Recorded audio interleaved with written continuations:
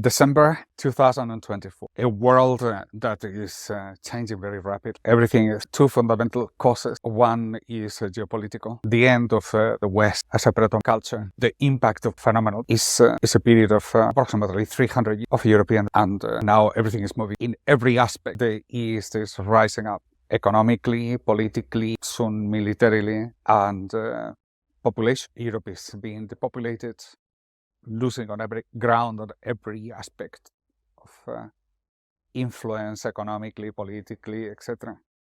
In the deepest, shocking almost decline that one can imagine. I mean, one has to go back to the Roman Empire to see something, such a sudden collapse. And this is happening as we speak. In the last 20 years, this same sentence will sound like strange, but now it's a fact recognized by people.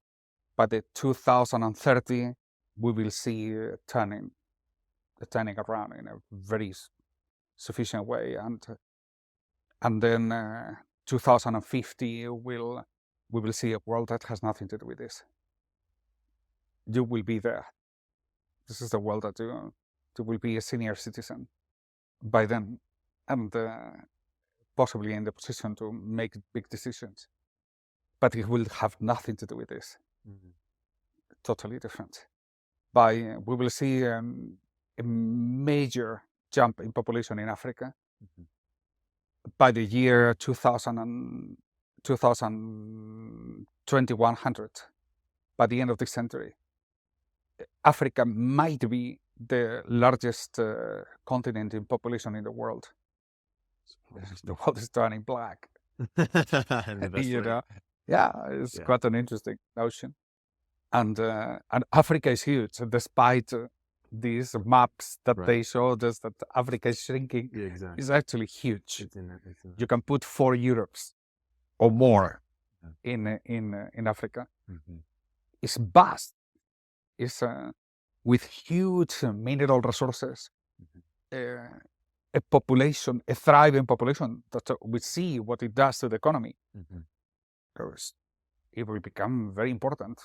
Nigeria is likely to become the most populous country and also the largest GDP, overpassing South Africa. And that means a completely different world emerging. All that Central Africa area is going to boom. And then together with these huge changes, there is a change at the level of technology that has not quite been estimated properly. Is far more important than any of the industrial revolutions of the past. First of all, something about technology that is worth understanding. In the past, the great empires, they build their power on the basis of slavery, which, like for example, the Romans, clearly, Rome had a proportion of, I think it was 3-1 slaves to citizens. I believe it was higher or higher. Yeah. It was huge, and in works such as agriculture or mining, it was exclusively the role of slaves, which they acquire from the entire known world. The arrival of the machines substitutes manpower by the mechanical force of steam, later on electricity, and nuclear. All forms of energy could be transferred into mechanical devices. Measured at the time originally as horsepowers, in order to understand what it really meant, the power of a horse, which is more or less equivalent to 2 men. By the beginning of the 20th century, the total amount of horsepower that the European nations could amount was in the region of something like 20 million horsepowers. These grow exponentially to World War II, where we were talking about hundreds of millions. Now multiply it by 2, this is hundreds of millions of slaves working for you, except the slave, the machine doesn't get holidays, it doesn't have, it can work 24 hours a day almost. It has illness because it needs repairs, but nothing in comparison to what it will be the illness of a man. They don't die. They do die after exhaustion or because they are replaced by something better, but generally speaking, is advantageous in every conceivable way. They were faster and more accurate than men. The development of technology by the early Europeans already gave them huge edge, especially in militarily. And the showcase is Napoleon with 25,000 men defeats the Mameluke army, which was 40,000 or more in one afternoon. It was like complete massacre without any chance of doing anything. I mean, the English continued south in Sudan and was like shooting ducks. Yeah, the Mahdi revolution. The clever use of artillery that had evolved from being siege, like for example for the Ottomans, it was a siege instrument, to the development of these small bullets, cannons with the small bullets. It could have wiped out 100 people or more, depending of the density of soldiers advancing. It's just so the clever use of 25 cannons, which is the specialty of Napoleon, could wipe out a galloping army of camels just in no time. It's just it's a complete wiped out of the best fighters, best swordsmen, best camels. It doesn't matter. Nothing. The bravery is works against you. You know, it's like the first row is the one who dies first. Not a chance. But in terms of technology always evolves in terms of manpower, muscle power, as if it were, and it achieved phenomenal results in almost in every field. Nobody could compete with them.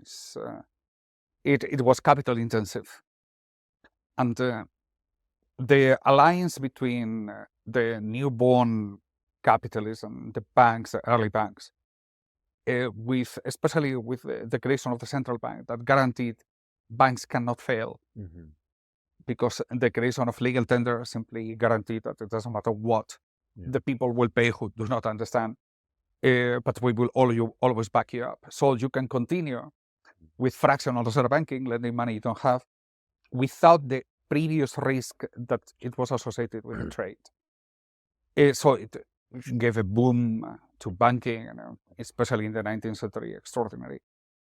A showcase of this is precisely Spain in the 19th century, where the Constitution of 1812 represented the turning point of allowing banking, seen in the past as usury, in the legalization of usury. And 3 civil wars took place in Spain in order to prevent this constitutionalism to come into place, which was imitating the central bank of England plus the industry associated. Industry and banking becomes oddly associated because the capital intensive requirements of the industry, it fit perfectly with the lending attitude of the banks, in giving them, in a sense, for almost a guaranteed monopoly on the production of an item by machines, digitalization, because and monopoly. They can immediately have the capital, buy up the You can wipe out an entire artisanal system of leather workers just with a couple of machines. This was happening at a rapid pace, and it was a transformation of society that it wasn't for the better, because monopolies are not good for society. Is that the technology and banking coming together, it allowed very cleverly for the banks to create a notion of development based on industry. So in other words, taking the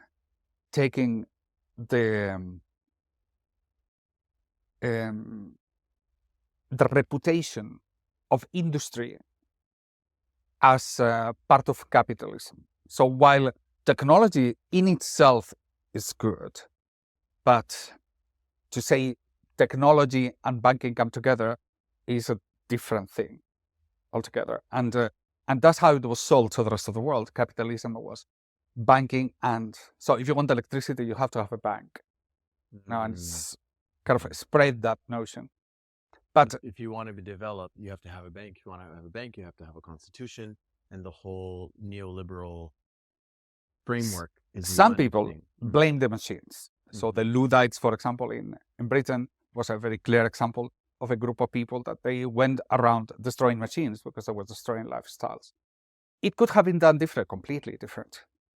But the accumulation of capital to a collective is difficult, while to an individual it's easy to collect. So it's like I lend you the money that comes from the people in order to give you, to obtain, you will obtain a monopoly in the production of these particular items. And so in Spain, for example, everybody who could created a bank. I mean, we're talking about hundreds of banks within a 10 years period. Right. The same thing happened in Pakistan with the creation of Pakistan. With all the new nations, they will follow a similar suit, except it was post-colonial, and the resistance, everything was kind of clouded with the notion of independence and freedom. Right.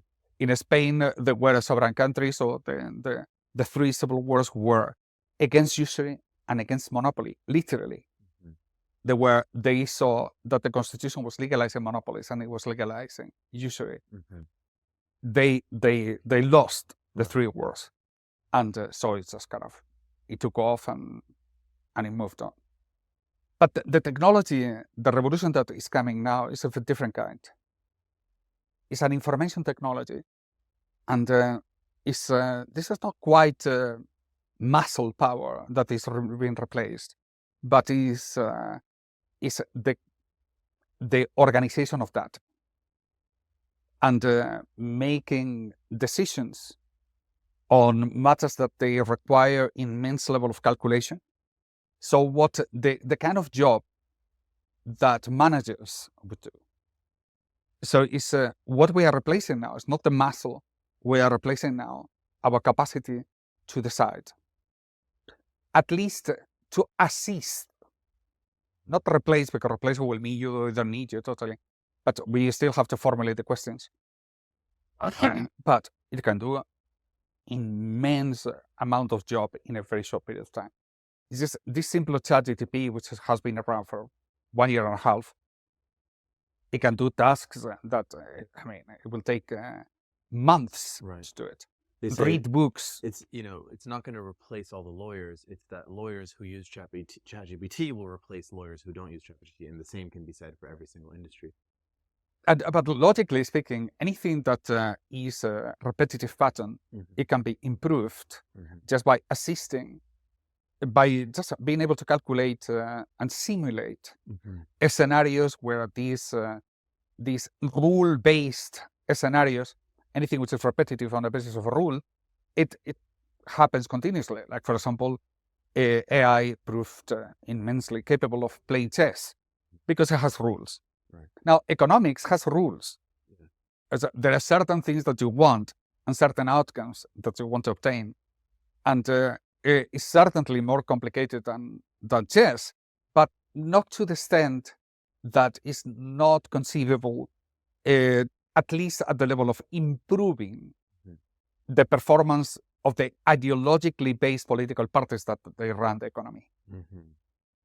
So the day is coming where AI will assist governments, or else you will be left behind. Now, what comes with artificial intelligence is whatever you have programmed. But if you program something like, what it will be obvious is to efficiency. That's efficiency. well, you will find that monopolies are not very efficient at all. And you will find that usually it's very, very poor, efficient way of distributing wealth. And the banks are simply unnecessary. You don't need the banks because you can do this thing with other tools. You don't have to give privileges, special privileges to private companies to create the money that everybody has. And to do all of these calculations for the quantitative easing and all of these things, this, mumbo jumbo magic that they're doing in the Federal Reserve in order to tell us how the economy is going to be and what it needs to be and how much we need to print. You can disprove all of that by having AI run those calculations 10,000 times more effectively, and also revealing the lies and the trickery, that they're kind of doing. So, you can put it all on the table, and you can say, for example, you can prove a public marketplace where everybody has access to competition, so everybody can participate in this private initiative. So it's not reducing everything to a consumer, but everybody can buy and sell in a prosumer. You can take either role without any difficulty, and creating environments where the monopolies are prevented simply because everybody has access to buy and sell. So producers don't need intermediaries in order to sell to the customers. This notion of the intermediaries in the economy, which may be obvious, like is something that people want to avoid, but they cannot. Well, we can create instruments, institutions that they will bypass all the thing. The public marketplace, for example, bypassing farmers having to go through intermediaries unless they want them in order to reach the public. Certainly, you don't. There is no room for the supermarket. That's and obnoxious. Right. Like right now, we have Alibaba and we have Amazon. And people go to Amazon because on Alibaba, you have to buy 10,000 pieces and it's going to take you 3 months to receive it. But Amazon, you can buy one and it's going to come tomorrow or even. And what you're basically saying is that technology is opening up the door where the Amazon can be cut out of the picture. The supermarket, all these middlemen, as we would say, can be cut out of the picture, and people can work directly with a producer of goods, and thus they're getting the best price. There's not going to be the price controlling that's happening, or it's much more difficult to do so. And this is more or less how local economics worked throughout most of human history, right? Before the advent of banks and this kind of global economic system we have today, this is just how people did it, right? It's just not efficient. The farmer came to the market and just offered his wares, people bought it. The usual way in which we think about public marketplace is what is available, these digital so-called marketplaces, but they are not marketplaces. What you have to, if you, instead of focusing on the payment system, you buy and you pay through these systems. If you think about the products and the root of the products is all based on these massive hubs that Amazon and Alibaba has to have throughout the world in order to make efficient a transaction. Right. Because imagine that every time you want to buy a hairdryer, you have to book it from China. The cost of the transportation will be far bigger than the hairdryer. So what they do is that in the back, there is an infrastructure, a logistical infrastructure of very cleverly placed mega warehouses where all the goods become close to the customer. And this is how they make it efficient. And AI is calculating and they're making estimates of, well, we know that in the winter, there's going to be more sweaters. So we're going to move more sweaters to California where it's going to be cold, and we're going to move less sweaters to wherever it's summer now at the same time. But this is the planning. Right. So it has to be done by planning. But the one thing that we have learned over 5,000 years is that planning is no good. There is something more efficient, which is the public marketplace. Imagine these warehouses becoming physical public marketplaces. Instead of being locked up, you just bring the goods to these hubs, and the people decide. They can decide better than the AI, because the AI, the one thing cannot do is to decide for you what you want to eat, potatoes or celery. And that is still a choice that if removed, because onto what ground? There is no ground, because my freedom still remains mine. And nobody can replace it. I can change my mind. Right. And So if you look at the logistical part, this is where the major change happen. Create public marketplaces in these key locations, and then small public marketplaces that they are from the hub associated to a small numbers of population, and let the people make the decision of where to bring anywhere at what point, because as long as there is a margin and I can make the journey, I make money. So this is how it has been throughout the centuries. These public marketplaces do not represent a public marketplace. It's just, if you look at what is happening behind, it's just a centralized system of distribution, not trading. Not trade, Now, you can then digitalize the public marketplace. Now, if you create the right infrastructure and then you digitalize it by means of creating, there is several ways of doing it. But the people can log in live with the stall, buy the things, and then the things sent to you. Right.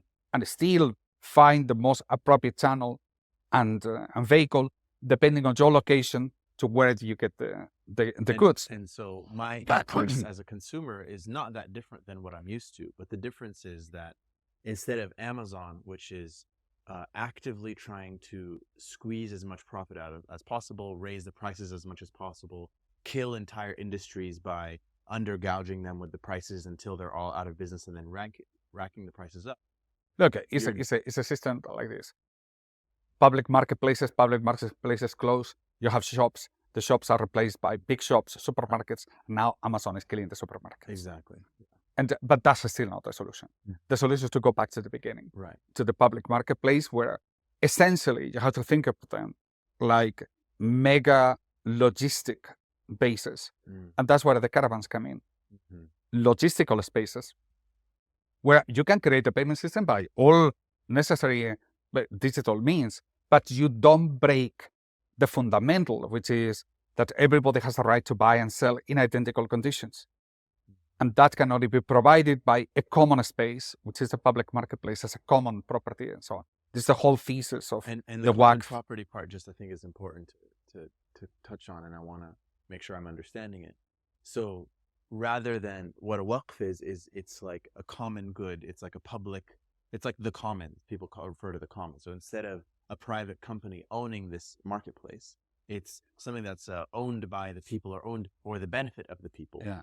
And it makes its money not through margins on and fees on the goods, so that the goods can be sold for their true price. It makes its money off of charging for the storage, charging for security, charging for whatever infrastructure as service, as you call it. And that can make immense amounts of money. It could be processed by the government. It could be by the municipality. It could be by the state. Anyone can. It's a great business to be in. And it's surefire money. So this is the thesis of the public marketplace. Right. It replaces the unnecessary intermediary. And there could be a necessary intermediary. So for example, if I'm a farmer and I want to sell my potatoes in Madrid, I don't necessarily interested in be sitting out there selling my potatoes. I may choose somebody as an intermediary to do it, but I have a choice. Right. The problem is when I don't have a choice. Right. Because then you create a different type of relationship of power. Right.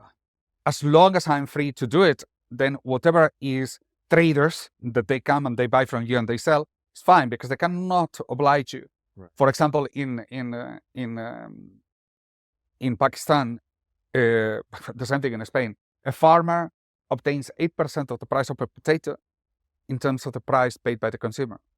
But in places like Pakistan, the farmers, they have to wholesale to the people who have lent the money in the first place, and they own the product before it's sold. Exactly, because they own the DNA of the seed. And that's also on top of it. Right. And they cannot go to the public marketplace in Karachi because there is no such thing. Right. So it's like the carpets, for example, in Anatolia, there are 5 companies in Istanbul that sell all the carpet shops that you see. They all come from 5 wholesalers. These wholesalers, they have 50 shops throughout the city. But the woman who is doing the carpet gets paid nothing. Right. The money goes to the monopolies, to these big wholesalers, and then they share in their own shops. the customer pays a fortune. In the old days, there was a public marketplace for carpets. The woman of Anatolia will go to the market in Istanbul and they sell directly to the public. It will be cheaper for the European customers, far cheaper, but it will for the producers it will be, several times more. And just to like give an example of that, so the potato farmer who right now makes 8 cents on the dollar could go directly to the marketplace, sell it for 10 cents, sell it for 15 cents. 50 Like is 50 still cents. cheaper. And so I'm getting instead of $1, I'm paying half the price, but the farmer is getting 5 times the income. That's right. And so now your entire working class is able to live a dignified life, and your consumers are able to save and actually have, again, a dignified life. And so I would love to kind of. But that's not really the conversation. I know you know this public Right. market. So I want to. The most important Mali thing is the financial intermediaries. Right. That's the big deal. You have these institutions called banks that they are in between the people who ultimately pay for the creation of money. And these institutions who then lend you the money to the people who they take it from. It's an unnecessary intermediary because the people ultimately, through inflation, are responsible for the creation of money. These people, they just acquire privilege legally by the government, but it's totally inefficient. Yes.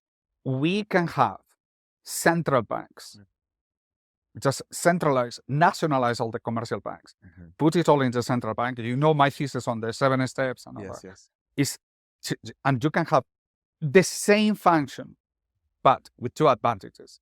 Number 1, all the credit is in the hands of the government, which now suddenly has money at their disposal in order to do stuff, to critically invest in the things that they are strategically important to the government. But it can offer the same service of payment system at a fraction of the cost, because you don't have to send the money anywhere. The money is already in the central bank, so it means that there is no cost of transaction. It's faster and cheaper than the commercial banks, but the credit belongs to the nation. Now, this nationalization of credit has a very important output in the investing in strategic institutions. What time is Maghrib? I think it just went off. Did you hear that? I heard the adhan, yeah. You just heard it? Just heard it right Okay, now. let's pray and then we continue. Please continue. Well, it's just strange people who love Allah. And we don't care about anything else. Really. We do the same because we love Allah. A responsibility that comes from Him to dignify our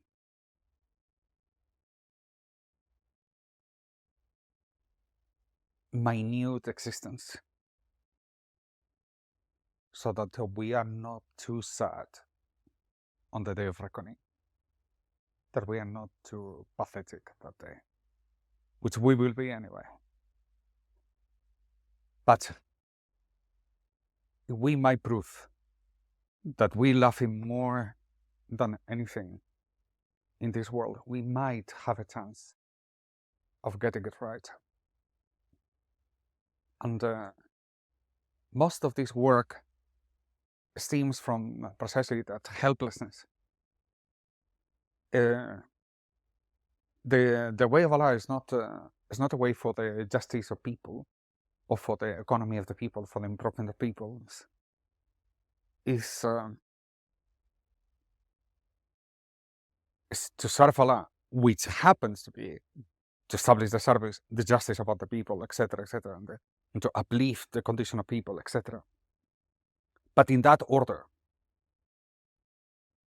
Only if you get this thing right, then you can properly serve the people. I don't think that it can be a revolutionary that wakes up in the morning and says, I'm going to fix the world. I think that person is wrong, and he's a failure. I consider a revolutionary a person who wakes up in the morning saying, oh God, here again, you have triumphed. your glory is once more proven to the whole world that you are the most powerful, you are the wisest, you are the knower, and your victory is continuous and constant. That person is a revolutionary.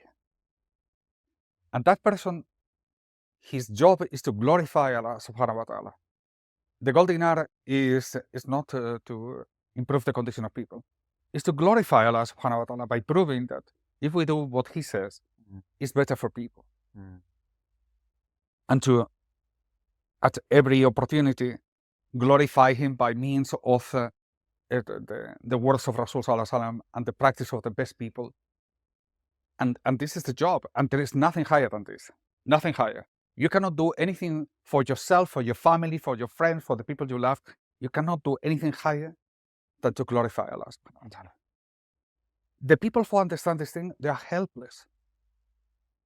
It's like somebody enslaved to the job. They don't go around saying maybe. They're trapped, but they are willing trapped into this affair. And then success for them is every day. Is everything is happening. You're coming here. It's a big event. It's this for me.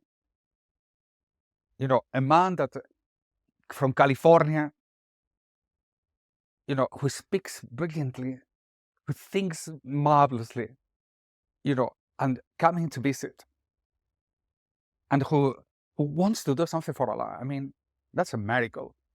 Wherever it is, in this day and age, this is amazing. And everything I'm going to tell you is to tell you that this is the easiest thing on earth. And if somebody tells you it's difficult, it's because you don't see anything. That the thing is not, we don't have to tell any story, you have to do it. And that the audience is everybody. To a Sufi, you have no boundaries. It's the king is as important as the peasant in the street. And if this disturbs you, then you haven't got it right yet.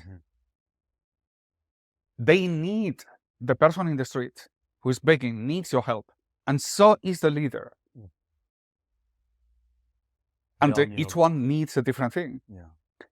But its advice is to be able to see. The people don't see. They see very, very, very short. Because they are fascinated with the power of the hands and fascinated with the little intelligence, however small it is. But they're fascinated with it. They think it's something marvelous when we are just a little bit more than an ant. So in relation to Allah subhanahu wa ta'ala, we are worse than an ant. We know nothing, practically nothing. But we know what is sufficient. And that's what makes a Muslim, is that to know what is sufficient.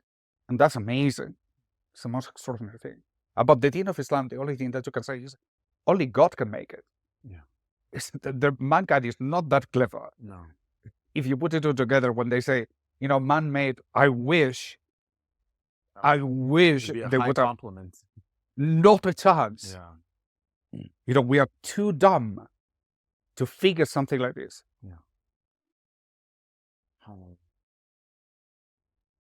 And then what you find is there is endless opportunities, endless. And I'm not talking like 200 billions of possibilities to uplift the way of Allah. The more you focus onto something, the more you find doors and doors and doors. Now, what you want to do is something that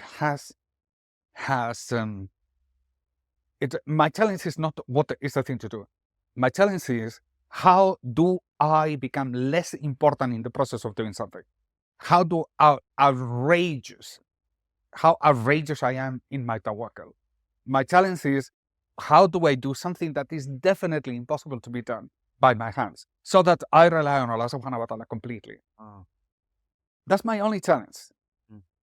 It's like I avoid the things that are easy at hand. It's because anybody can do that. I want to do the things that they will blow my mind. that they are definitely, I can do it only because Allah is doing, because I can't even dream of arriving there. And that obliges me to surrender, to submit, which is my goal. And my benefit is to be able to pray with dignity. That's the greatest thing that I can have. I cannot ask for anything more than that. Because there is nothing greater than that. To be able to pray with dignity is the greatest and most noble thing man has. If they really knew, if we really understood what prayer is, I think the people will stay in sajda 24 hours a day. It's the most glorious moment that man has. And to be able to taste it and to pass it on to other people and to the people that we love the most, and to pass it on to them, that love for something so sublime, that's all you can hope for. This world is fixed already. Allah is sovereign, whether the Americans like it or not, whether the Saudis plot or the Israelis plot. Allah, not only he's in charge, that's obvious to anybody who has a little.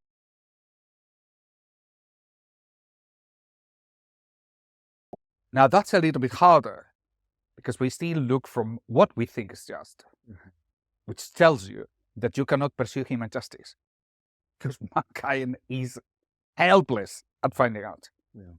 If you wanted human justice, you will be praying and thanking Allah for breathing air, because Allah is much better than we are in providing with that justice. That justice is perfect. It's not just superficial or apparent. It's perfect. The devil gets the devilness, and the good man gets the goodness. It doesn't matter what the rest of the world says. And in the sight of this, then to be able to pursue out of what Allah subhanahu wa ta'ala has ordered, the commands of Allah, which is the sign of slavery. You cannot be a slave saying, just, I like the Sharia sometimes. This is unthinkable. It's unthinkable. It's so wrong, that this doesn't even account for anything. People are fooled. They fool themselves. Slavery is a slavery. You're a slave of Allah, you're a slave of Allah. A slave. A slave means whatever you say, thank you. That's a slavery, and that is the only free man in the world. Because anyone else, on account of doing something for the good of people, for the this and that, for my family, for this, for the other, fails. Fails. It doesn't matter how noble you put it, you paint it in your head. Only Allah subhanahu wa ta'ala, that belongs to Him. We are just kind of followers. But we become more accurate when we abandon our will and we decide either I want what Allah wants. Only then you have the beginning of tasting of something. And on that account, that this is akal, is another way. It's not intellect. Fikr is one thing. Fikr is okay. You need fikr, otherwise you cannot walk down the stairs. Okay? I cannot pour the coffee. I need fikr. But fikr is fikr. Just small calculations. Akal is the big thing. And akal is the science of knowing Allah subhanahu wa ta'ala. And these, and in order to know Allah subhanahu wa ta'ala, you have to leave fikr behind. And that's difficult for mankind, especially in this age when we are told that fikr is everything. And fikr is not everything. Fikr, you allow mankind in fikr, and then the complete disaster. But this is just a little bit of disaster. I'm talking about complete disaster. The fikr of man is deficient. I love what you're saying, and one of the things that makes me understand that Allah loves us is that every command, from ibadah to the mu'amalat. Do you mind?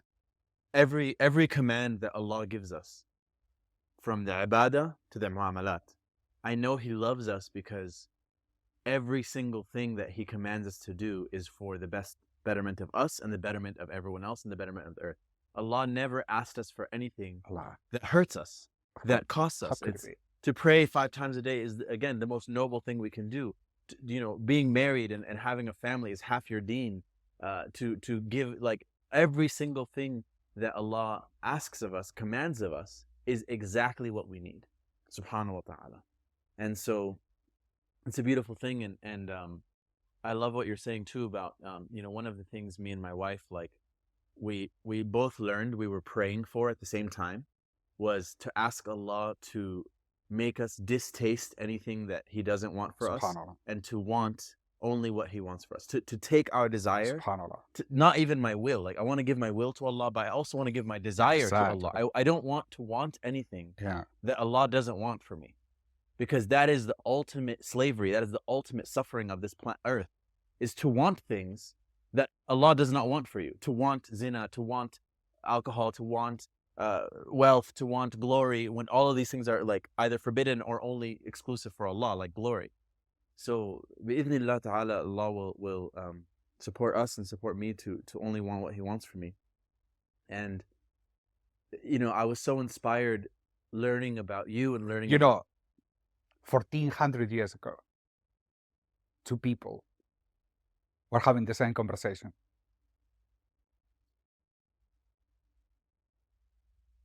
And this is our thing.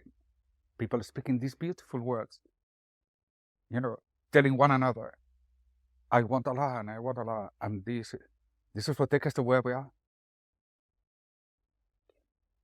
Isn't it the most beautiful thing? It's extraordinary. Yeah. This is our thing. This is the beauty of this affair. It's unstoppable. And our people have got sick just because of a little bit of shining things coming from the West. They got distracted. But you are a man of the West. Just happened to be born somewhere else. Yeah. But you have tasted that. Yeah. You can see, seen from outside, it may look like Disneyland.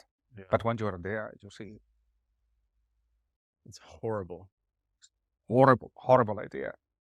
You may want to be there for a while. Yeah. But I don't think anybody saying wants to raise children there. It's like, it's too bad. It's the most terrifying thing for me. It's a horror story. Is like, how are we going to protect our child's soul here? How could we, it's terrifying. It's very, very scary. And the level of confusion is unfathomable. And I not only saw it, but I was in it. I was in the confusion. Like, we talk about the fikr. I remember, my first year of college and the philosophy classes, and just the way that the conversation, whether it's using, in the name of, we're studying comparative religions, and we're just proposing all these different ideas. And is there a God? And is there not a God? And is the God just energy? And just walking you through this whole thing. And by the end of it, I'm like, it's so easy to convince yourself. The fikr can take you anywhere, right? It can take you to anywhere. Anywhere. Look at where people have taken it. Look at the Greek lifestyle. It's like, that, to have sex with a little boy is considered more noble than to have sex with your wife. That was the majority of Greek, and 90% of society are slaves. And we now have touted them as the greatest civilization, the classical civilization that everything is based off of. And that's fikr. That's where fikr leads us. So you're completely right. But if you just have aql, if you just, like, open your heart for a second and look at that, you're like, these people are crazy. Like, what are you thinking? Like, how could you follow people? The safety of fikr is good aql, because this is a hierarchy. Fikr in itself gets lost. Yeah. But the good aql will give you good fikr, and good fikr will give you good sentiments. You will have passion if it is controlled. If you invert the terms and the passions dominate the fikr and the fikr hates the aql, then forget it. And this is where I stand. I see. If you think about the task of the people who love Allah, is a task that I see it like a football match in which the opponent team, they're all blind, you know, and we have the ball, and we just can score as many goals as we want because they are blind. They don't know anything. To see this will put you in a situation whereby they will say, the only thing that I can do is to win this affair. I'm not going to just pretend or anything. It's winning because they are blind. The task of the wise is to put the things right. And by right, I mean the declaration of eternal Islam and the return to the days before the catastrophe of Turkey. To go back to that political unity that it brought us together. In today's world, this will be a Muslim nation. Forget about Europe. Forget about China. The Muslim nation will be by far the greatest in terms of everything that we have. We are the only consistent group. United across Africa, Asia, Europe, Southeast Asia, every continent there's Muslims, and they all have one, one identity that it unites them. It is unstoppable. SubhanAllah. It means it's the time of Islam. It's the time of Islam always. But the time of Islam is not the time because of the chronology. It's because of the time, but because there are people. Because Allah has brought people that they can see. It's, in other words, to put all these things right, all it needs is light. Is to project light on what are the affairs to be done. So I'm not talking about popularity. I'm not talking about reaching out to the masses. The masses are lost, and they have lost the will to act. I mean, all you can see is that there is probably nobody more determined than the Pakistanis when they go mad. They can gather 1 million people in marches and everything like what is happening now with Imran Khan. But that's nothing. All you have to do is with a clever allocation of forces, special forces, and you can disperse masses of millions of people. It doesn't matter. It's just you throw a little bit of gas and shoot a couple of people if they do something crazy, and the masses disperses. Starve them, cut the food, and they have to go. Yeah. That's not the way of a revolution. That day will come because I've seen it. I've seen that day. I've seen the day of everybody holding hands, a gold dinar in the hand. I've seen the people gathered in a big masses in a large square with a gold dinar in the hand. I was given this vision at the very beginning of everything I did. And but that's not the motivation. The motivation was the transmission of light from one another. It's one person convincing. It's a word of mouth. It's like kind of, now I see, and unstoppable. Because it's a piece of paper, pieces of gold coin. It's just, hey, wake up. It's like waking them up. That happens very fast, by the way. It happens all very quickly. Our task, therefore, is to if you want to ask the king, ask for something big. Don't ask for a penny if you speak with the king. No, ask for something big. And Allah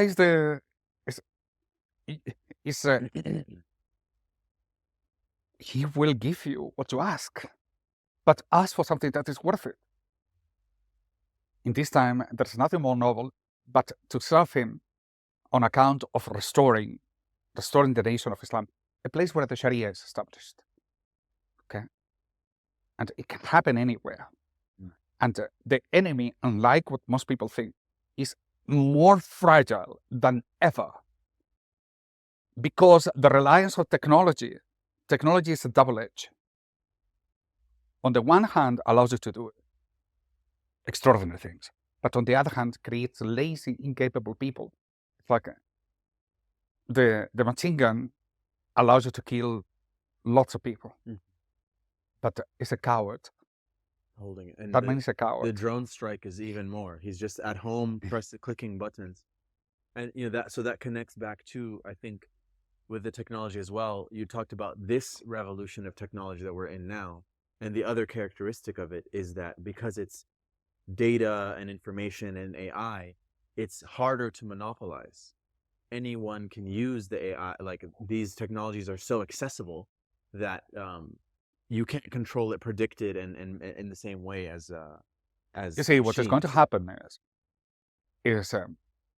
is think about when we say artificial intelligence, we are saying artificial figure, the most idiotic thing in the world. You can You see know, where you can convince AI anything. Yeah. You can ask, I can ask ChatGPT, tell me why Islamic banking is good. Yeah, it'll tell you. Blah, blah, blah. It said, now tell me why it's haram. Blah, blah, blah. Blah, blah, blah, blah. Both. It can argue any case. Yes. It's artificial, but you cannot create artificial akal. Yeah. So the people who say they will replace us, no, they will replace you, because you only have figure. You are useless. Your job, which is just repeating what somebody else is telling you, and you are not needed anymore. But it will never replace a man of akal. So why should we be scared of artificial figure? Only to be able to have access to a lot of information to make good decisions, but we have to ask the questions. The decisions is on the basis of what we want to achieve. Yeah. And this is where we can just play advantages at every level. Yeah. First of all, the most important thing that we have is Allah. But I mean, this is not a joke. It's really, really the most important thing. We have Allah. And if you have Allah with you, it's like kind of, so, okay, how do I have to care?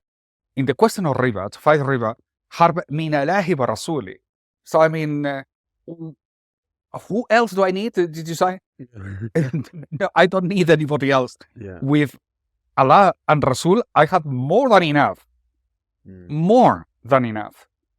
So the question is I have to present a battle that is already won. So imagine. Like Badr. It's like I don't have any trouble. Yeah. I don't have any condition. It's only to find the right place. Yeah. The true reason why I left Kelantan, I could have stayed there. I could have done what you said. Because what you were saying is I could have gone to the ulama and say, kind of, nod them a little bit and give them a little thing. But on the other hand, I said, these are not the people. It's not for you. I'm not in a hurry of bringing the golden era. You have to understand. For me, is a glory that belongs to some people. It's more to me to discover who I gave this thing to than doing it. Because I know it's success. I know it. Other people have to think about it. I know it. I've seen it. I have a difference between what other people, they have to think about it. I don't have to. I know that this is the right way, and I know that how the sequence of events is going to be. And when I find that people, and I will know because I will get the feedback, I will get the twinkling in the eye. And what is the twinkling in the eye? That when I mention the name of Allah, I will see a spark in their eyes. Some people, you mention the name of Allah, and it's like putting lemon to an oyster, because. But some people, you mention the name of Allah, the right people, you mention the name of Allah, and they shine. These are my people. And all I'm looking for is who are these people? Whether they are in Sudan, or in Maldives, or in Chad, it doesn't matter. We will open it up. I love the Pashto people. I really do. I don't know. It's probably because I'm mountain people, and I come from mountain. It's hard living, it's like you have to be hardworking in the mountains. You cannot just lazy yourself into paradise because you die. And there is something, I have a good connection with them. And I hope something like this happens. But if it doesn't happen, I'm not to shed a tear. But if they do, I will go to the very end of this. To the end, I mean that I will move to Kandahar. I don't care. Yeah. I don't care about anything. Pursuing it in this line. Because I know that there are trigger events that changes the meaning of everything. And what I mean by that is, when you strategize, you have to, like I've done before the prayer, to look at the changes. Asia is hot. Technology, which is the key to development, has to be liberated from capitalism. Mm-hmm. So we have to, how do we do that? How did the Muslims in the past use technology? Because we are responsible for technology more than these crazy loony Germans from North Europe. These Northern Europeans are barbarians. You have to understand, we, the Europeans, we look at the people of the North like barbarians, like you look at crazy loonies. They are the barbarians. And with the fall of the Mediterranean order, which it was symbolized by Rome, then these Nordic people came in. Europe plunged into darkness. It did. The Muslims and the only out, thing, the good thing that happened to Europe is Al-Andalus. Exactly. And it ironically, there was a hadith from the Prophet ﷺ where he basically described that the people of Rome, the Romans, which means all the Europeans, there would be a day where they basically are eating off the Muslims like a plate. And it totally happened where the Muslims translated the work of the great Greek philosophers and reminded Europe of its intelligence, but then they took it and took it in the wrong direction. So Shaykh, I wanna ask you to help me walk through this process with a particular nation example, like Mali, Burkina Faso. Or the Sahel region. I wanna see the picture from start to finish. If we can't finish it tonight, it's okay, because I know it's a long process. Oh no, I will give the headlines today. So in the next 5 minutes. Let's do it. So I want to just set the scene, right? So we have the Confederation of Sahel states, where we have Niger, we have Mali, and we have Burkina Faso. These are West African Muslim nations that have all been colonized by the French, and they have all woken up, right? The people have woken up, the leadership have woken up. These leaders are people who have the true spirit of warriors, as we talked about earlier, and also the spirit of like a caliph, right? An actual steward of the people. They are vocally explaining the very logic and the very philosophy of how their people were enslaved, how the European states and the global order and the banks and the IMF see them as, slaves, and continue to see them as slaves and as a resource to be exploited. And they're like, we're done. Mali has paid off all of its debt. Burkina Faso has kicked out all of these European corporations and mining institutions. And they're like, we want to back our money with gold. Now, we know that in situations like Zimbabwe already has created a gold currency, but it's only for investment, right? So there's a piece missing from the picture. And what you hold is the full plan, like from A to Z. And we need to get that plan into the hands of these leaders so that they can, in that context where it's possible, right? And alhamdulillah, the blessing and the miracle of it, these are already Muslims, and they're already people who are doing this. Unlike Zimbabwe. Exactly. These people who are doing it fi sabilillah, you can tell that they are, because the strength you see in them only comes from the strength of someone who does not fear death, but loves death for the sake of Allah. Subhanallah. They're ready right now. They see the palace in heaven that being a martyr would provide them with, and you can't do anything with someone like that. So that's the situation we're in. It's amazing. So in not only one nation, we have 3 nations that are all going to work together. They are already a team. Yeah. Right? So where do we begin? And more will join. And more will join, exactly. So where do we begin with these nations. They have gold. Well, I mean, Chad, for example, is a very Mhm. interesting country. Mm. It has 100% Muslim population. One of the most renowned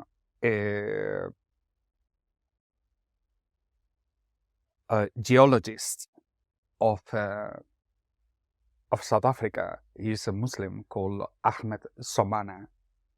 This is a man you haven't met yet, but it's a piece of gold, literally. He knows where all the gold is.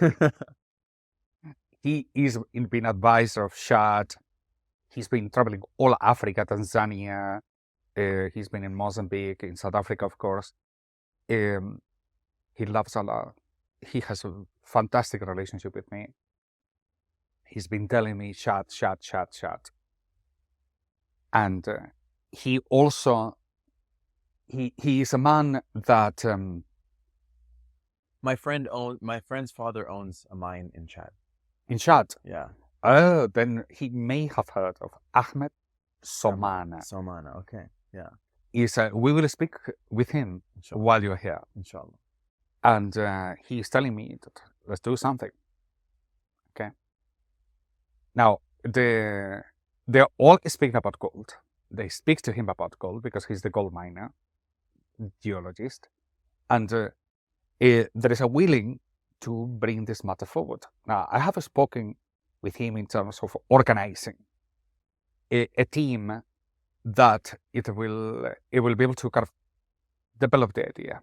Now, in the last few months, one businessman from Johannesburg, he has a big company, 1,300 employees, type of size. Mhm. And he's an AI, artificial intelligence, IT, and trading in general. They all do trading.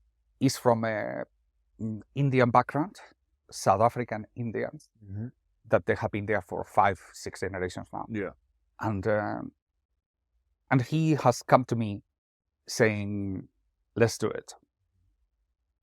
He participated in the talk I did about the gold dinar, one of the first ones I did, and he really got very impressed with it.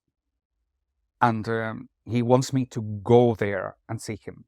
In South Africa. And the reason I haven't gone is because I'm standing by for the most important journey of my life. And I didn't want to find myself anywhere. Now I know that I have a little bit of time, so I may have to kind of readjust this. But the plan is to organize a plan, which is what I said to Somana. Don't do it just on the basis of I have an idea. Let's organize this something crazy. The currency of the African Union. Believe me, it's much easier to conceive a currency for the continent than it will be for just one single country. Unlike what most people will think, is that let's do something that is kind of achievable. On the contrary, in this case, the opposite is true. Currency enhances itself by the number of users. Even though gold is the unique currency that even if you only have 3 users in the continent, it will still maintain its value. The value is not dependent on the number. Yeah. But the power of replacing other currencies is to do with numbers. And we have already 3 countries that they will join in. I'm sure we are very close to convince Zimbabwe to come into the matter. Now, by using the Troure rand, it means 1 Troure rand is exactly an 8 dinar coin. And so it means we can create a double standard dinar for the North, for the Muslims, in the West, an ounce for the Christians. Right. Easy. It will be the same Exactly. because it's an 8 dinar coin. So it's just kind of a simple multiplication. And we can create a standard that if we establish Chad rather than Zimbabwe, if we do it with a Muslim country who has the initiative to bring the matter forward, that will be far, far better. By the way, the person who spoke about it first was Gaddafi. Yes. Who never did it. He never did it. Okay, and he could have done it because I was doing it without being the president of a nation. You're right. And by don't doing it, I think that's why he got the trouble he got himself into. And Mugabe was very close Mm-hmm. to Gaddafi at the time because of the civil war of Zimbabwe. I don't know whether you know a little bit of Rhodesia, what happened there. A little bit. And so they won the independence by war, not by decolonization agreement. Right. The Zimbabweans, they fought. Right.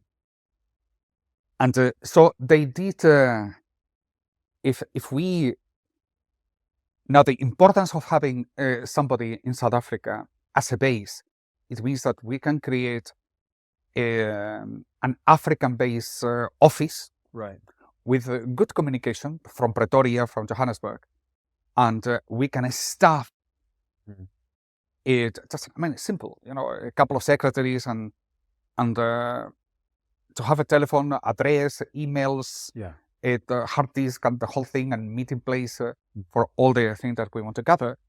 But we operate Africa. Okay, so let's say we have our geologist, we have our tech billionaire, we have our economist, we have our various young folks. We just need somebody who knows how to speak well English and who has a heart of gold. Okay, we have that too, inshallah, right? And now we approach these three, and we might need a French translator as well. Because they do speak French. They are all French. Mali. Yes, it's true. It's French. Mali, Burkina Faso. I mean, they probably speak English as well. I will find out how Ahmed manages. Ahmed Somana. Okay, great. Yeah, because he doesn't speak French, that I know. Yasser might speak French. And he speaks yes, Yasser speaks perfect French. He lives in Paris. Yes, you're right. So we're good. Yasser is perfect. Yeah. So we approach them, right? And we say, here is the plan for how to start the African currency in the Sahel region. You have 3 states. You're going to have a Sahel Federation trade agreement where just these 3 countries, and look, I agree that we have to go big, but even for them to be able to, sometimes people need to see just the next step. No, you start there. It doesn't mean, see, you have to act locally. Right. But think globally. Exactly. So in other words, there is a difference between, you can imagine that we want to create the BRI in Africa. Okay, the Chinese, they are dying to do it. Okay, they want to replicate what is in the Euro-Asian continent, fast trains connecting the cities. But you can make the public market of Chad. Or you can make 25 public markets in Africa. Right. They're not built yet. But the one market, part of 25, is different than one standing on its own. To make a coin for the Sahel region is interesting. But if you say we are creating the currency for the whole 1,400 million Muslims, that's different. Even you amount and you mean the same amount. Of course. And it could just, it could be called, I think in the case of Sahel, something like a word with Africa in it, right? So it's like, this is a currency that once Zimbabwe sees it, they're ready to go, right? Because they're already, and once whatever nations are ready to adopt it, in the Chad next, in all of them, right? But we start with, just because those are 3 countries that have the political will. Yes. They have leaders that are trusted, have power, and have deen. And the 3 combination, like there's no friction, right? As you were talking about earlier. And the good thing is that they are easy access to. There are some leaders who can reach. But I am pretty certain you can go to Burkina Faso and find yourself to the leader. Inshallah. Yeah. Let's do it. And I'll tell you exactly how to do it. You send a gold dinar. You say, I want to talk about this. I'm telling you, it has worked. I've given somebody gold dinars in that way, but it works. People really react. And a gold dinar, is 1/8 of a Krugerrand, which is an ounce. So that's 3,000 and half is 1,500 and half is 34 grams. 34 grams. So it's 4.25. So what's the value of it today? Like how many dollars? 1 ounce is about 2,500. I'll tell you, it's 30,000. Yeah, so 2,500 divided by 8, right? The 1 ounce is $2,500. 1 ounce should be in how much is now? It used to be it's about 3,000. Sorry, $3,000. No, I think it's like 2,500 right now. 2,500. Okay. Yeah. So it's 2,500 divided by 8. Divided by 8, and that gives you an approximate figure. So it's about $312. Yeah, we can send him one of those. Oh no, so don't worry about the money. Right. This is the least of our cost. Of course. But that's your entry. Right. Send him a gold dinar. I want to talk about this. And you go to the country. No, you don't send them because it will be lost in the way. Right. Give it to the secretary who will give it to him. Right. Beautiful. But you get the access to it, and we write to them. We are not going to just simply arrive. Right. And that's why we need an office. You see, because these things take time, and you have to leave, doing something. So you have a safe place from where you can operate. Got it. And that's where the job of this guy can be. He help us. He wants to help, create, maintain, sustain a group of people who are going to do the job. Right. And then we operate.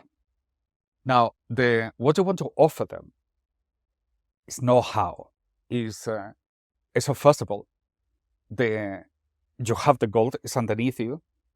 Even if you don't have it, it doesn't matter. Mint the coins. Yeah, but they have it. And make it available to the people as a means of payment.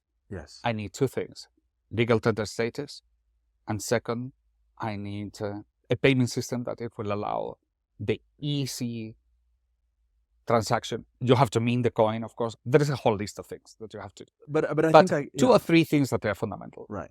So let me just make sure I understand, right? So let's say we're in Mali, we're in Niger, we're in Burkina Faso. One of these three countries says yes, they talk to the others, we have the group together.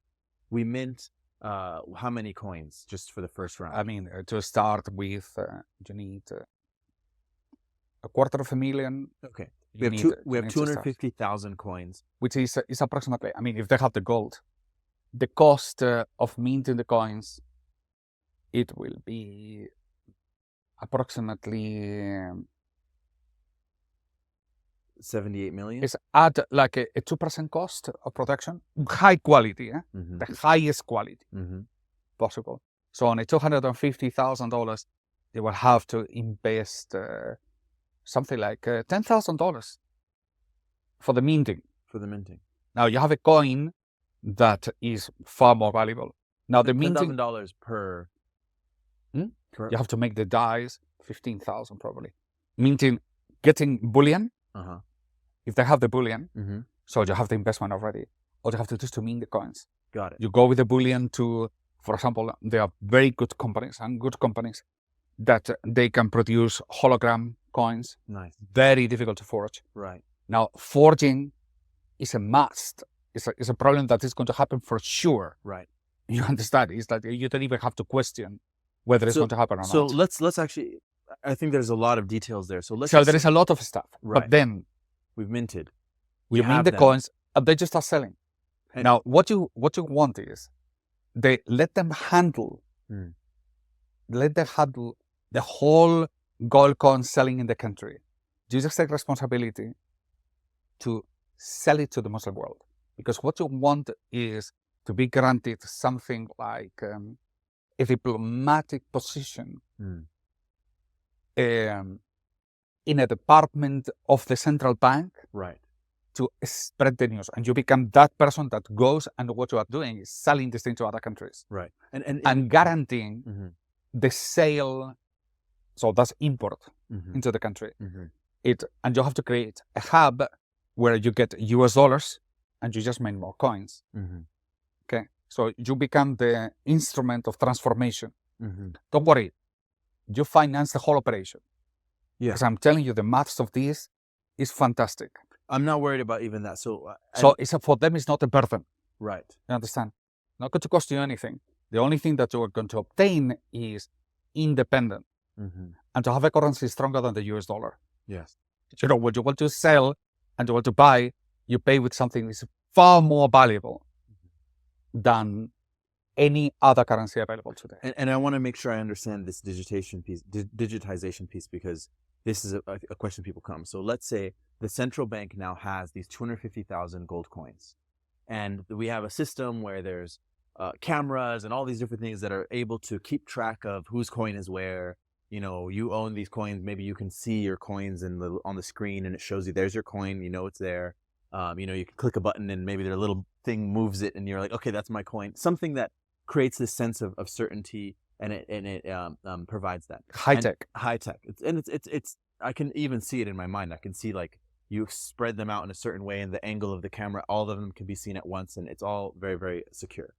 And that's the wakala, right? Which is in the central bank. It's owned by the government, so there's no private entity that can, you know, and England and France, and they can't mess with it without openly declaring war on the country. No, they can't. You know, they can't because and making obvious exactly that, I mean, theoretically, yeah, if you want gold, you are a retarded person. exactly, So they should be applauding you. exactly. But if to be angry against you, that means they are lying. Exactly.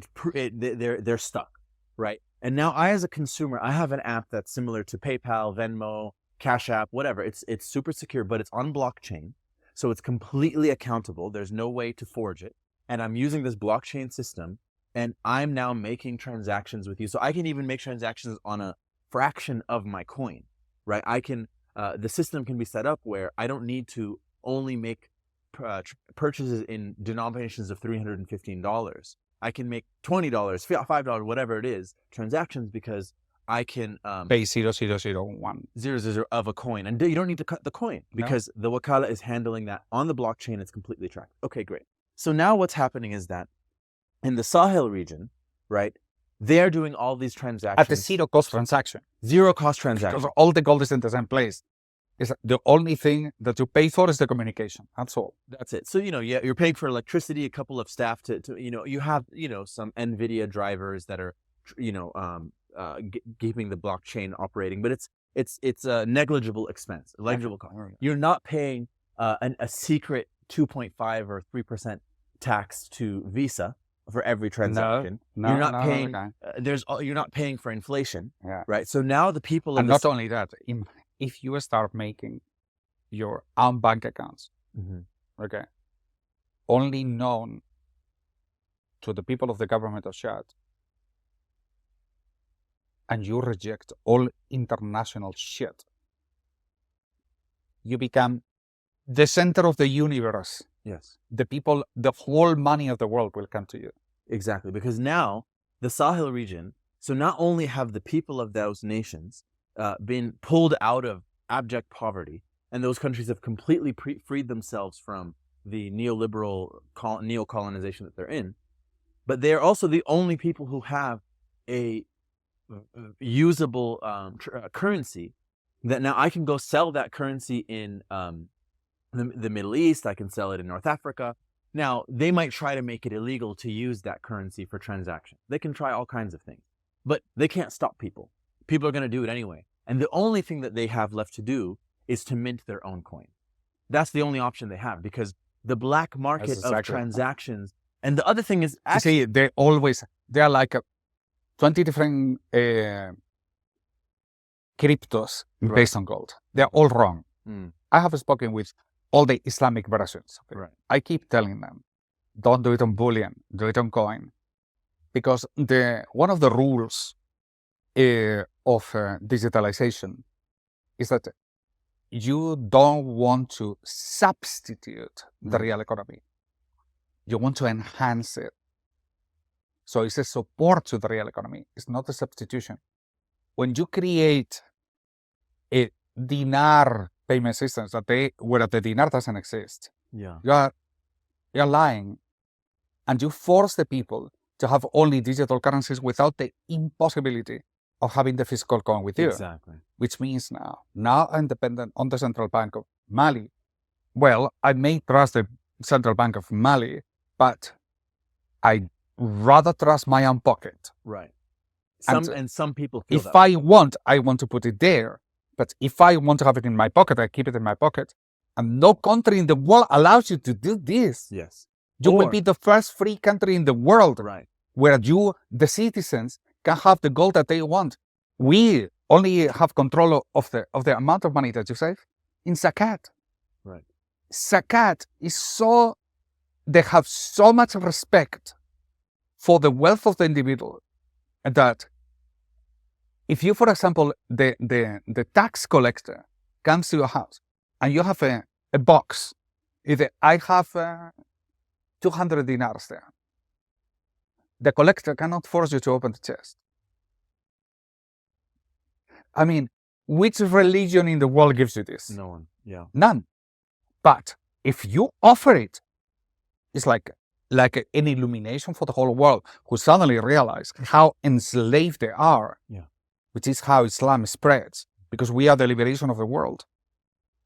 If we cannot do this thing for zakat, how could these Emirates and all these people, they can know how much money you have in every bank account? Their bank accounts are totally exposed. Right. Totally. Mhm. And the thing is that even zakat, which is obligatory, I don't have the entitlement to kind of check what is hidden property. Exactly. If you have a cow outside and you say, I don't have a cow, no, I caught you because it's exposed. Okay, I have land, it's exposed. Yeah. But your money is private. Mm-hmm. This is one of the glories of Islam. Create a payment system where the people who has the money is their business. It's between them and Allah. You know, the only identity you do it because somebody has to come and claim it. I have a contract with you. Right. So I have a contract with you, but it's only known to the people that they're involved. Right. In case there is inheritance, death, And that's whatever. how the blockchain, that's where You the know, blockchain comes That in. all to track blockchains, all etc. And the government has access to it. Only the government of Chad that. Right. Or Mali or Niger. or Mali or whatever. Do you understand? That Yeah. means to the rest of the world. Right. You know, that you are safe. Mhm. That if America says, but this is a gangster, I say, go to hell because you are the biggest gangster. Mhm. Okay. That's amazing. Something extraordinary. But these are the first half of the story. Okay, the technical part. Let's call it, we are going to teach them how to make gold into money. And just to quickly recap, so they get the bullion, they mint it, they get it in the central bank, in the wakala, they create a digital payment system that's based on the blockchain. They are now free to transact in this incredible way, Worldwide. and it's infecting the entire planet. And even people in other countries can just use They can come and open. They can just use the app. They don't even need to take the money out of the country necessarily. They can do whatever And they want. don't worry about the money because the money is always in the same place. Exactly. Okay. So You know, now you buy gold in Mali. So now we have, and Mali is a beautiful place, by the way. and it's the You like the Malians? Yeah, and it's the home of Mansa Musa. It's just like the They are perfect. amazing It's guys. a story. It's over, and they just freed themselves from all the debt. It's incredible.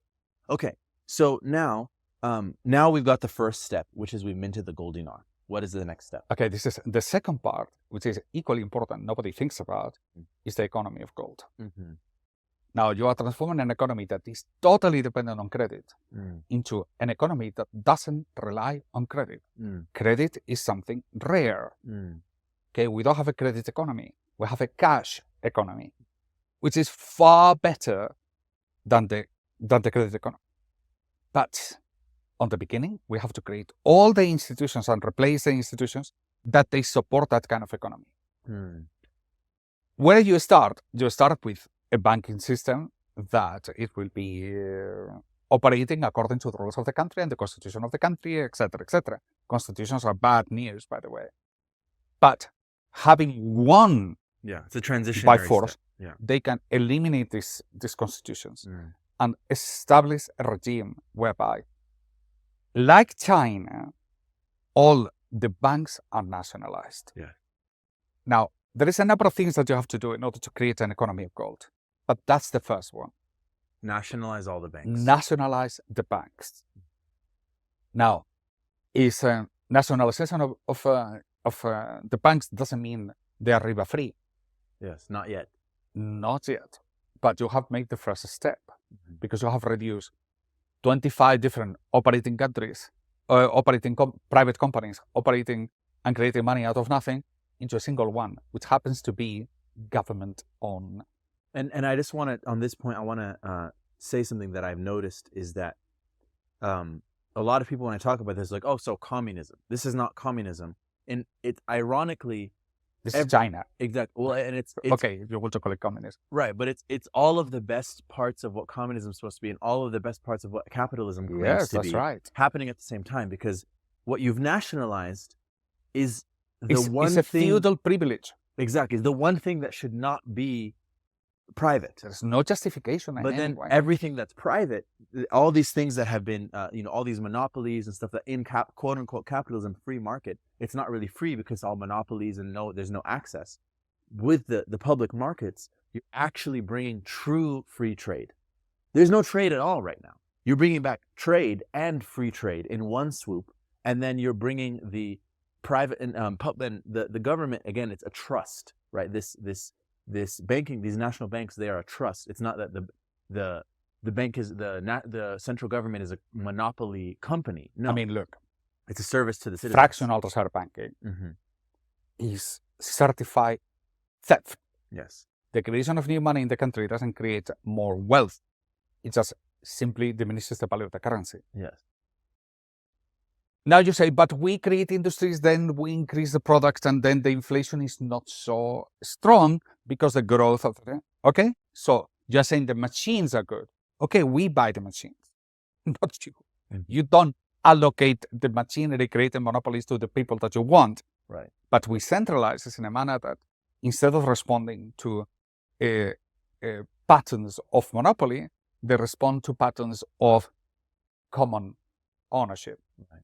Now, for us, the key word for that is public markets. Right.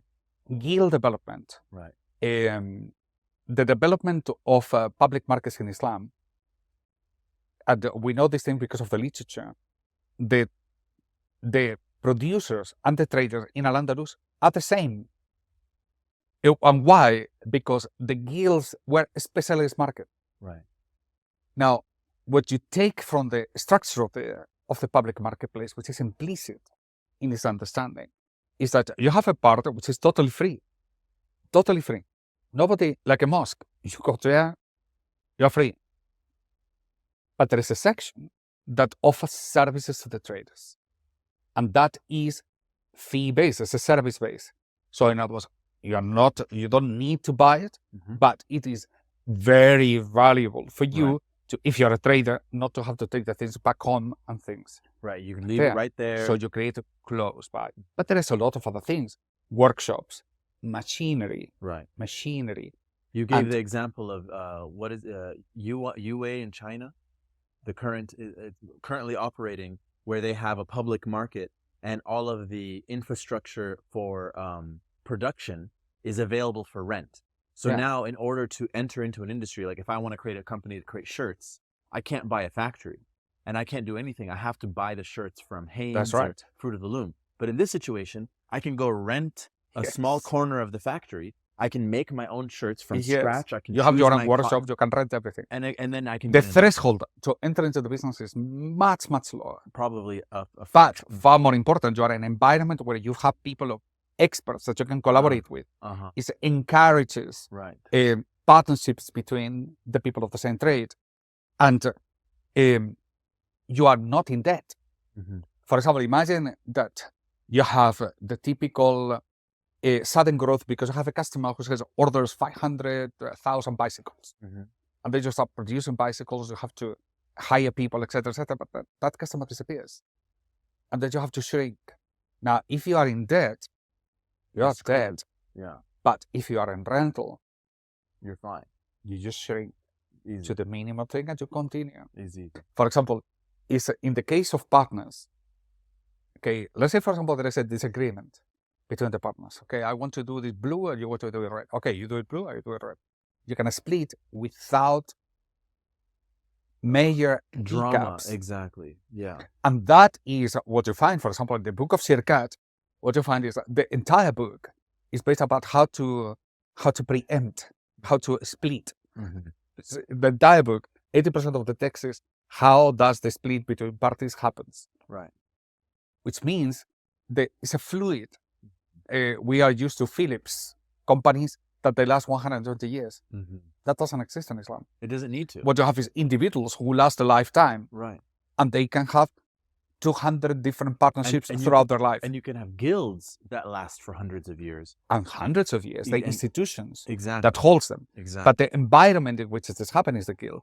The partnerships are temporary and they are fast and they are appropriate. Mhm. So they can respond to the need Of the and market. accommodate, Yes. customize themselves to the moment. Yes. Something unique. It's almost Only- like if every single corporation became a cooperative, Yeah. but it's not just a cooperative of the workers, it's a multi-stakeholder cooperative of producers, workers, customers, everyone. The corporation only exists to facilitate the exchange of value between people. That's all it's here to do. It doesn't need to make profit in and of itself. The profit is made directly by each person. That's the advantage. Absolutely. Pause. And you see, is having understood this, it allows us to understand what will be a strategic investment for the newly centralized central bank who has now all the credit of the nation. Right. Now, if the credit is distributed, what the private banks do is that they invest in the casino, what they call the casino economy, which is the stock exchange and housing, real estate, forcing the prices up artificially. Yes. This is bad for the nation. Yes. Even though it reflects on the GDP, but it's completely stupid. Right. If the house is double the price, the people are not double rich. No. It's just it costs them more. But in GDP, it will show like we're there doing has been so an well, increase. yeah. All right. Well, Now, without the casino economy, what you have is strategic investment. Strategic investment is the key of the success of Japan, who nationalized the banks through the back door, until they got the nuked. window guidance. And that's why they got nuked. And that's why they were so successful. Right. And China, which is proven the same. If the government, instead of having to run into, they don't have money. Like, for example, if the leader of Pakistan comes into power, he has a deficit government. The only thing he has to do is how to borrow to pay. He can do nothing. But if you have all the credit of the nation, now you have power. And you have now the power and the capacity to strategically invest. Now, this is important because if you were to use that money to pay salaries, then you enter into kind of this bureaucratic, convenience regime nonsense. But what you are exploiting is public markets, private initiative, private markets,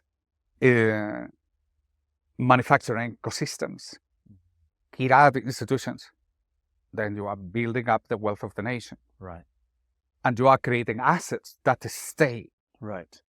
And these are public assets. So like now, instead of putting all that money in the stock exchange, I'm going to make a super factory that every citizen of my country can use to produce whatever they want. And everyone who wants can become a producer, a company owner, entrepreneur. You fund a network of public markets in Mali. You create manufacturing ecosystems, which is specialized public markets. Yes. For us, it's specialized. But how do you do it? You go to Jigo, you learn how to do it. Yeah. See how to do it. They started $150,000 in 1981. And now they are the largest public market in the world.